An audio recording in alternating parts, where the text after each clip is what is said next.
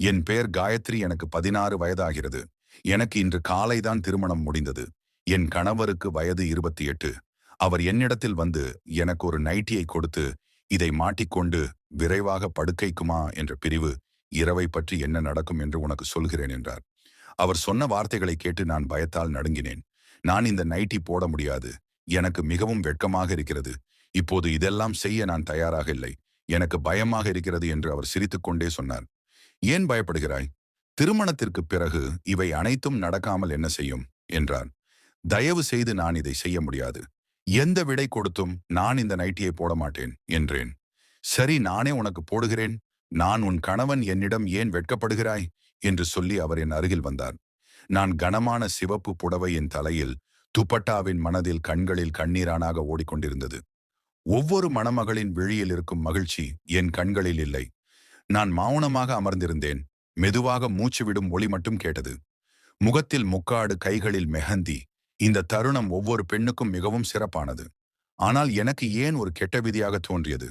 கார்த்திக் இந்த பெயர் எனது குழந்தை பருவத்தில் இருந்து கேட்டு வந்தது பெயர். அவரது முகத்தை நான் எப்போதும் பார்த்து கொண்டே இருந்தேன். ஒரு சுயேட்சியான மனிதன், கோபம் விரைவாக வரும் குணம் கொண்டவர். அவரது முடிவுகள் கல்லில் எழுதிய வரிகளைப் போல் உறுதியானவை. கார்த்திக் கோபம் விரைவில் வருபவர்.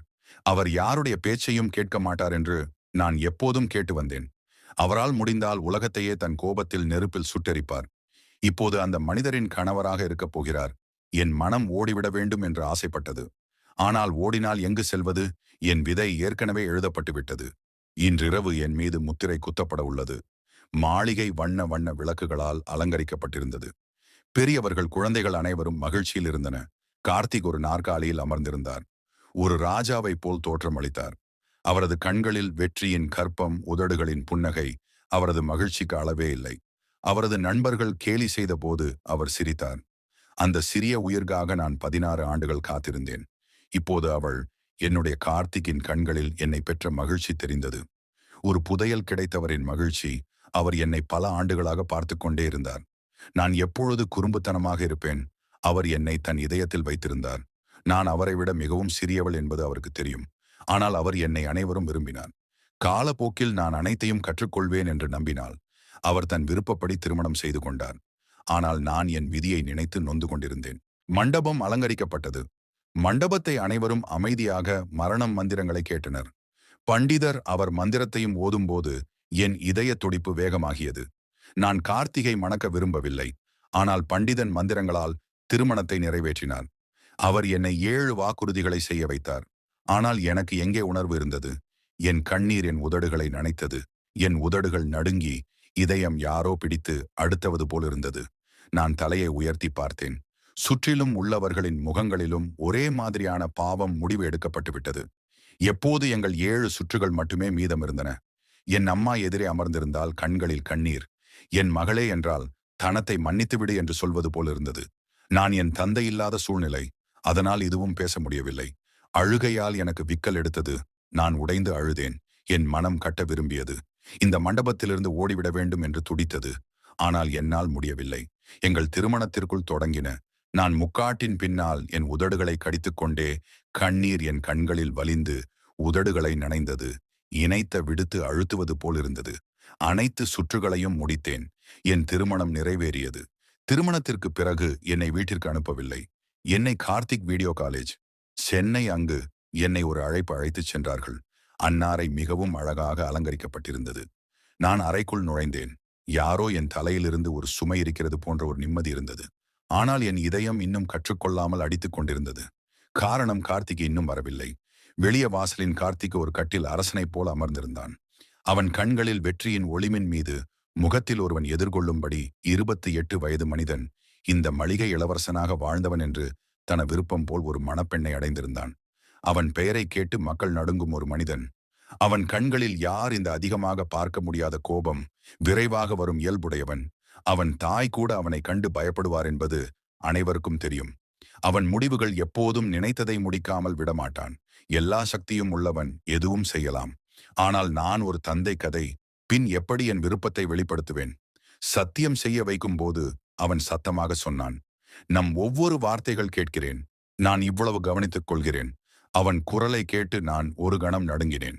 எனக்கு ஆணை பிடிக்காது என்பது அவனுக்கு தெரியும். ஆனாலும் என்னை விரும்பினான். திருமணம் முடிந்துவிட்டது. என் இதயத்தில் ஒரு பயம், கண்களில் கண்ணீர், உடல் ஒரு சுமையா அழுத்தப்பட்டது போல் திருமணம் முடிந்துவிட்டது. முடிவு ஆனது. என் கண்ணீரை துடைக்கும். உன் கதவு திறந்தது என் அம்மா. என் மகளை நான் மிகவும் முட்டாள்தனமாக இருந்தேன். நான் இதை செய்திருக்க கூடாது. ஆனால் நான் செய்யாவிட்டால் அவனும் உன் வாழ்க்கையை அளித்திருப்பான். நான் முட்டாள். என்னை மன்னித்து விடு.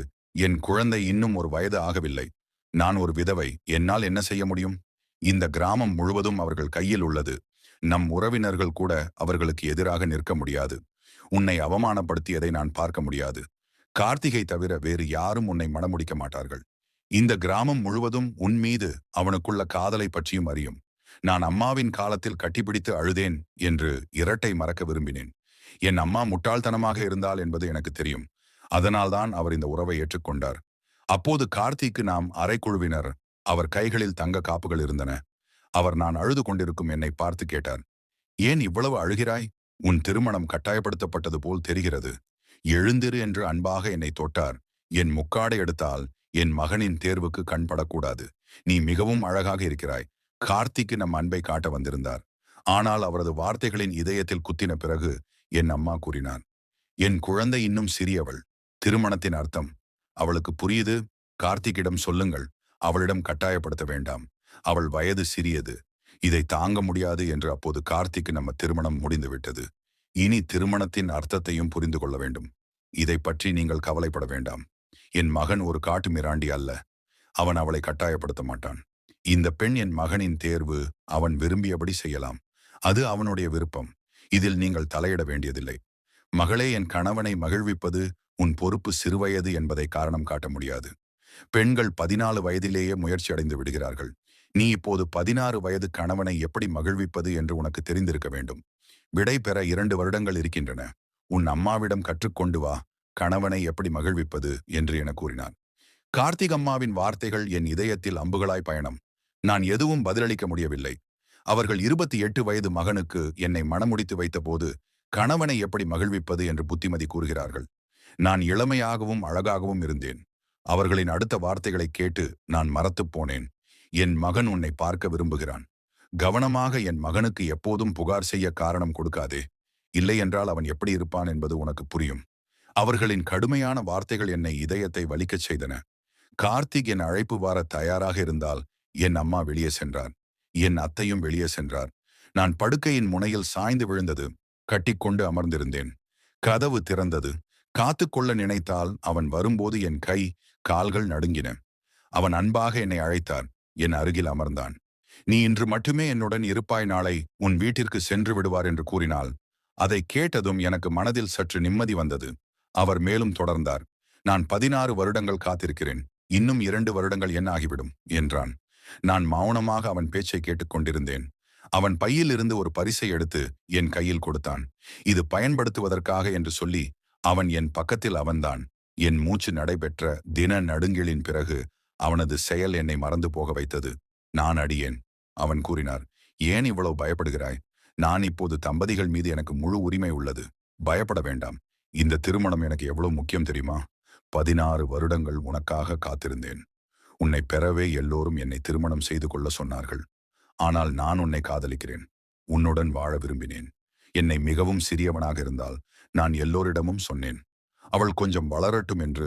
இப்போது நீ என் பெயரால் அழைக்கப்படுவாள் என்று அவன் சொன்னபோது என் கண்களில் கண்ணீர் துடித்தது. ஆனால் நான் எதுவும் பேசவில்லை. அதிர்ச்சியுடன் அவன் பேச்சை கேட்டுக்கொண்டிருந்தேன். கார்த்திக்கின் வார்த்தைகள் எனக்கு ஆதரிக்கவில்லை. மாறாக ஒரு புதிய வழியை தந்தது. அவன் இன்னும் நெருக்கமாக வந்தான். எப்போதும் நினைவில் வைத்துக்கொள், நீ எனக்கு மிகவும் முக்கியமானவள். விரைவில் உன்னை என் வீட்டு ராணியாக ஆக்குவேன். இந்த 2 வருடங்கள் எனக்கு ஒரு சித்திரவதை போன்றவை. ஆனால் நீ படிப்படியாக எல்லாவற்றையும் புரிந்து கொள்வாய் என்ற என் மனம் கட்ட விரும்பியது. நான் இதற்கு தயாராக இல்லை. இந்த திருமணத்தில் என் விருப்பத்திற்கு எதிரானது. ஆனால் அவன் முன் நான் ஏன் வெடிக்கவில்லை? அவன் கண்களில் விற்கப்படும் தைரியம் இல்லை. நான் மௌனமாகிவிட்டேன். ஆதவன் ஒருத்தன் மௌனத்தை பார்த்தால் பிறகு திடீரெனவே முன்னேறினான். நான் தள்ளிவிட முயன்றேன். ஆனால் அவன் பிடியிரும்பு போன்றது. அவன் மீண்டும் என் நெற்றியில் ஆழமாக முத்தமிட்டான். என் மூச்சு தடைப்பட்டது. இதய துடிப்பு காதில் ஒலித்தது. அதிர்ச்சியில் என் கண்கள் விரிந்தன. உடல் கல்லாய் உரைத்தது. கார்த்திக் சிரித்துக்கொண்டே பின்வாங்கினான். இப்போதைக்கு இதுவே போதும் என்று குடும்பத்தனமாக சொல்லி கருவை நோக்கி, நான் விரைவில் மீண்டும் சந்திப்போம். ராணி பணிவுடன் இரு என்றாள். நான் அப்படியே உறைந்து உட்கார்ந்திருந்தேன். கையில் அவன் கொடுத்து பரிசு பெற்றிருந்தது. ஆனால் அவன் உதடுகளின் தடம் என் இதயத்தில் எண்ணற்ற கேள்விகளை எழுப்பியது. எப்படி தப்பிப்பேன்? அவனுக்கு ஏன் புரியவில்லை நான் இதற்கு தயாராக இல்லை என்று? இப்போது நான் என் தாய் வீட்டிற்கு 2 வருடத்திற்கான விருந்தாளி. 2 வருடங்களுக்கு பிறகு விடை பெற வேண்டும். இந்த எண்ணம் என் இதயத்தை அடைத்தது. இந்த திருமணம் என விருப்பத்திற்கு எதிரானது. அந்த அந்நியனுடன் எப்படி வாழ்வேன் என்று நினைத்தால் கை கால்கள் குளிர்ந்து விட்டன. கார்த்திக் அனைவரிடமும் மணப்பெண்ணை பார்க்க விரும்பினாள். அறைக்குள் வந்து பாருங்களேன் என்று சொல்லியிருந்தால் நான் அறையிலே இருந்தேன். அனைத்து விருந்தாளிகளும் வந்து போய்விட்டன. இரவின் நிழல் கனத்திருந்தன. அறையினை சத்தம் நான் படுக்கையில் மௌனமாக உட்கார்ந்திருந்த நாடுகளை மாற்றியிருந்தேன். மனம் சேற்றில் மூழ்கியது. திடீரென காத்து கொடுத்த பரிசுகளையும் கொஞ்சம் உள்ளே ஒரு மொபைல் இருந்தது. கார்த்திக்கின் பல செய்திகள் தவறி அழைப்புகள் இவற்றை பார்த்து நான் நடுவினை இனி அவனுடன் தொலைபேசியில் பேச வேண்டுமா? இதற்கிடையில் கார்த்திக் இருந்தான். ஆனால் நான் தைரியம் இல்லாமல் இருந்தேன். மொபைல் கொடுத்தும் ஒரு அழைப்பு வரவில்லை என்று கார்த்திக் கோபம் கொண்டான். கையில் மொபைல் இருந்தும் என்னை அழைக்கவில்லை என்று கோபம் கொண்டான். அவன் ஒரு செய்தியை அனுப்பினான். அவன் இதயத்தின் அனைத்து உணர்வுகளும் அதிலிருந்து. ஆனால் எனக்கு அதை படிக்கக்கூட தெரியவில்லை. காத்திட்டத்தின் கோபம் கொழுந்துவிட்டு எரிந்தது. ஏன் எந்த வார்த்தைக்கும் பதிலளிக்க துணிவில்லையா? கோபத்தில் அவன் என் அம்மாவுக்கு தொலைபேசி எண் மூலம் தொடர்பு கொண்டு என்ன பேசினாலும் தெரியவில்லை. அம்மா விரைந்து என் அறைக்கு வந்தார். ஏன் கார்த்திகிடம் பேசவில்லை? அவன் கோபம் கொண்டு விட்டான். அவரிடம் ஏன் பேசவில்லை? இப்போது அவர் மிகவும் கோபமாக இருக்கிறார் என்று உன்னை விட்டு அழைத்துச் செல்ல விரும்புகிறார் என்றார். அம்மாவின் நாட்டில் கட்டினால் நடுங்கி, என் அம்மா நீங்கள் வீணாக மறுக்கவில்லை. நான் இன்னும் திருமண இரவுக்கு தயாராக இல்லையாம். நிலை இப்படியெல்லாம் நினைக்காதே. நீங்கள் ஏன் எதுவும் சொல்லவில்லை? என் அம்மா முட்டாள்தனமாக இருந்தார். அவர் ஒரு உதவிக்கு கடன்பட்டி இருந்தால் இது 18 ஆண்டுகளுக்கு முன்னால் நடந்தது. என் தாத்தா மற்றும் அப்பா கார்த்திக்கின் வயதில் வேலை செய்தார்கள். கார்த்திக் ஒரு பணக்கார ஜமீன்தார். கார்த்திக்கு என் அப்பா என் தாத்தாவை மிகவும் மதித்த வயல்களின் பாதியை என் தாத்தாவிற்கு மற்றும் அப்பா நிர்வகித்தனர். அப்போது கார்த்திக் 10 வயது உடையவன். என் அம்மா அப்பா திருமணத்திற்கு 2 வருடங்களுக்கு பிறகு நான் பிறந்தேன். கார்த்திக் 14 வயதாக இருந்தபோது நான் ஒரு அழகான குழந்தையாக இருந்தேன். வார்த்தைக்கு என் தன் மடியில் வைத்து உணவு ஓட்டினால் கிராமத்தில் அனைவரும் என்னை வளர்த்தனர். நான் ஒரு ஆங்கில பொம்மை போல் இருந்தேன். ஒரு நாள் என் தாத்தா இறந்தார். எல்லோரும் எங்கள் வீட்டிற்கு வந்தனர். அவரது 13வது நாளில் கார்த்திக்கின் குடும்பம் பெரும் செலவு செய்தது. அன்றே என் திருமணம் நிச்சயமானது. நான் வெறும் 2 வயது குழந்தை. கார்த்திக் என்னை நாள் முழுவதும் கவனித்துக் கொண்டிருந்தான். என் அம்மா இதை விரும்பவில்லை. ஆனால் என் அப்பா மிகவும் மகிழ்ச்சி அடைந்தார். என் ஒரே மகள் அந்த மாளிகையின் ராணியாக போகிறார் என்று என் ஆத்மா அப்பாவுடன் சண்டையிட்ட. நான் என் மகளுக்கு இன்னும் படிப்பு கற்றுக் கொடுப்பேன். 18 வயது ஆகும் வரை காத்திருப்பேன் என்றார். ஆனால் என் அப்பா உறுதியாக இருந்தார். கார்த்திக் மற்றும் அவரது குடும்பத்தை மறுக்க எங்களுக்கு தைரியம் இல்லை. நாங்கள் அவர்களின் வேலைக்காரர்கள். அவர்கள் எங்களுக்கு இவ்வளவு தயவு காட்டியுள்ளனர். இதை மகிழ்ச்சியுடன் ஏற்றுக்கொள்ள வேண்டும் என்றாள். என் அம்மாவுக்கு இது பிடிக்கவில்லை. கார்த்திக் என்னை விட 12 வயது மூத்தவன். ஆனால் கார்த்திக் மற்றும் அவனது குடும்பம் என்னை மிகவும் நேசித்தனர். நான் ஒரு ராணியைப் போல் வளர்க்கப்பட்டு நான் படித்துக் கொண்டிருந்தேன். 10வது வகுப்பில் இருந்தபோது என் திருமணம் நடந்தது. என் அம்மா மிகவும் முட்டாள்தனமாக இருந்தார் என அப்பாவும் விரைவில் இறந்து விட்டார். அவருக்கு மூளை புற்றுநோய் இருந்தது. தலையில் எப்போது வலி. நாங்கள் இதை சாதாரணமாக நினைத்தும் வலி அதிகமானது. கார்த்திக் மற்றும் அவனது தந்தை என் அப்பாவை நான் நகரத்திற்கு அழைத்துச் சென்றனர். பரிசோதனையில் புற்றுநோய் முழு தலையிடும் பரவி இருந்தது. தெரிந்தது கடைசி நிலை, அவரை காப்பாற்ற முடியாது. மருத்துவமனையில் என் அப்பா மற்றும் கார்த்திக் அவனது தந்தையிடம் வாக்குறுதி அளித்தார். காயத்ரியை உங்கள் மணப்பெண்ணாக ஆக்கிக் கொள்ளுங்கள். வீடு திரும்பிய போது என் அப்பா யாரையும் அடையாளம் காணவில்லை. எல்லாவற்றையும் மறந்துவிட்டார். அம்மாவால் என்ன செய்ய முடியும்? நாங்கள் இருவரும் தனியாக விட்டோம். அவர் முட்டாள்தனமாக இருந்தார். என் அப்பாவின் இறுதி சடங்குகளுக்கான செலவை கார்த்திக் மற்றும் அவனது குடும்பம் ஏற்றுக்கொண்டது. இந்த முட்டாள்தனத்தின் அம்மா கார்த்திக்கின் குடும்பத்தை மறுக்க தைரியம் செய்யவில்லை. எனவே என் திருமணம் நடந்தது. கார்த்திக் என்னை சிறு வயது முதலே நேசித்தான். இதில் எந்த சந்தேகமும் இல்லை. நான் 16 வயதாக இருக்கும்போது அந்த மாளிகையின் ராணி ஆனேன். என் அம்மாவிற்கு தைரியமில்லை. எனவே அவர் எதையும் எதிர்க்க விரும்பவில்லை. நான் ஆரம்பித்தேன். அம்மா, நான் போக மாட்டேன். நான் இன்னும் தயாராக இல்லை. நான் ஓடி சென்று அவன் கொடுத்த தொலைபேசியில் எடுத்து செய்தி அனுப்பும் என்றேன். ஆனால் அவன் பதில் அளிக்கவில்லை. அவன் என் செய்திகளுக்கு பதில் அளிக்கவில்லை. அழைப்புகளையும் ஏற்கவில்லை. ஒருவேளை நான் அவனை எரிச்சு ரொட்டி இருக்கலாம். அவன் என் எந்த கோரிக்கைகளையும் சரி செய்ய மறுத்துவிட்டான். இதற்கிடையில் கார்த்திக்கு நம்ம அவனை அமைதிப்படுத்த வேண்டாம். மருமகள் இன்னும் சிறியவள், பயந்து நடுங்குகிறாள். திருமணத்தின் அவர்களுக்கு புரியவில்லை. உங்களை சமாளிக்க ஆள் முடியாது. நீ சில நாட்கள் தூரத்தில் இருந்தாக வேண்டும். அவள் புரிந்து கொள்ளட்டும். அவள் இன்னும் ஒரு குழந்தைதானே. படிப்படியாக அவர் தாய்ப்பு புரிய வைப்பால் உனக்கு தகுந்தவளாக மாறுவார். இப்போது அவளால் உன்னை சமாளிக்க முடியாது என்றார். காபி கோபத்துடன் பதில்தான். அம்மா, நான் 16 வருடங்கள் காத்திருக்கிறேன். அவள் வளர்ந்து விடுவதற்காக இப்போது 1 மணி நேரம் கூட பாதிக்க முடியாது. எனக்கு எதுவும் தெரியாது, நான் முடிவு செய்து விட்டேன்.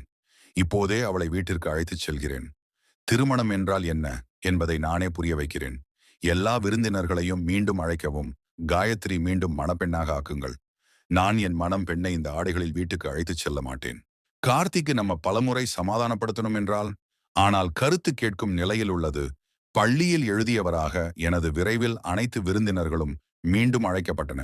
ஒரு பிரம்மாண்டமான விடைபெறும் இருந்து ஏற்பாடு செய்யப்பட்டது.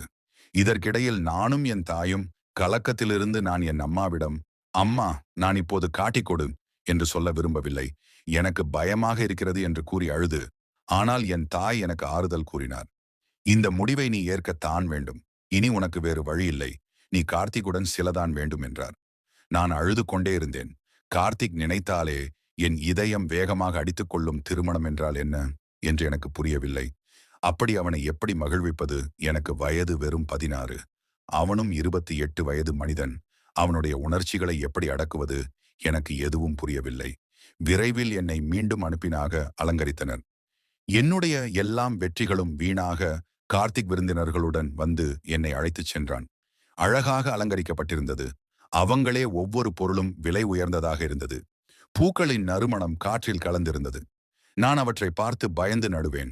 அங்கு நான் அமைதியாக அமர்ந்திருந்தேன். சிறிது நேரத்தில் கார்த்திகா குழு அண்ணா அவன் வரும்போது என் இதயம் வேகமாக அடித்துக் கொள்ளத் தொடங்கியது. கை கால்கள் நடுநிலை. அவன் மெதுவாக என்னை நெருங்கினாள். இனி ஒரு நிமிடமும் தாமதிக்க முடியாது. 17 வருடங்கள் இந்த அறைக்குள் உன்னை அடைய காத்திருந்தேன். நீயே என்னை எரிச்சல் படுத்துகிறார்.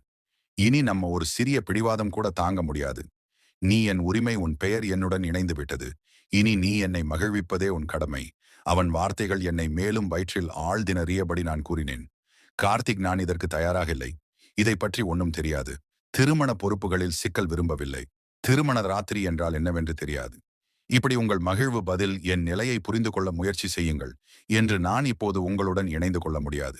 அவன் குறுக்கிட்டான். போதும், இனி உன் நாடகங்கள் எதுவும் ஏற்க மாட்டேன். எழுந்திரி, இந்த நைட்டியை போட்டுக் கொண்டு வா.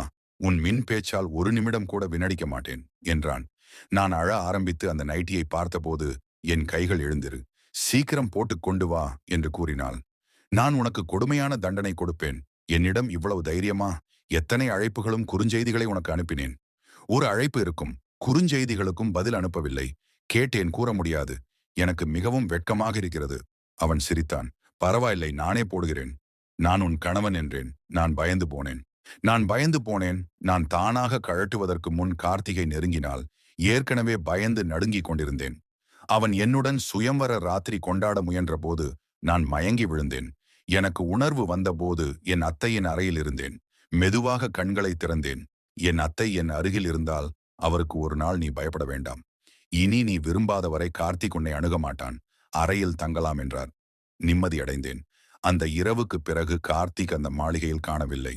அவன் மிகவும் வெட்கப்பட்டிருந்திருக்கலாம். வீட்டில் உள்ளவர்கள் அவனை கேலி செய்திருந்தார்கள்.